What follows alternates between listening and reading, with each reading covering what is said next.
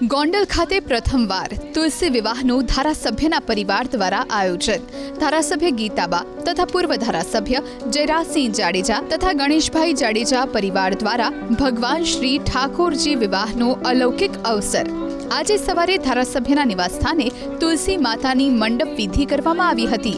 તુલસી માતાના માવતર ધારાસભ્યના પુત્ર જ્યોતિરાદિત્યસિંહ અને તેમના ધર્મપત્ની રાજલક્ષ્મીબા બન્યા, જેમાં મુખ્યમંત્રી સહિત કેબિનેટ મંત્રીઓ સહિત સંતો મહંતો મહેમાન હાજરી આપી રહ્યા છે।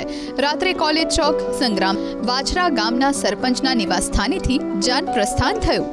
વાછરા ગામમાં સરપંચ ભરતભાઈ ચૌથાણી તથા ભરતભાઈ ગમારા શાલિગ્રામ ભગવાનના માવતર બન્યા। ગોંડલ ખાતે પ્રથમવાર તુલસી વિવાહનું સૌથી મોટું આયોજન કરાયું। મુખ્યમંત્રી ભૂપેન્દ્રભાઈ પટેલ, પૂર્વ મુખ્યમંત્રી વિજયભાઈ રૂપાણી, કેબિનેટ મંત્રી મનસુખભાઈ માંડવિયા, પૂર્વ સાંસદ રમેશભાઈ ધડુક, ધારાસભ્ય મહેન્દ્રભાઈ પાડલિયા સહિતના લોકો ઉપસ્થિત રહ્યા।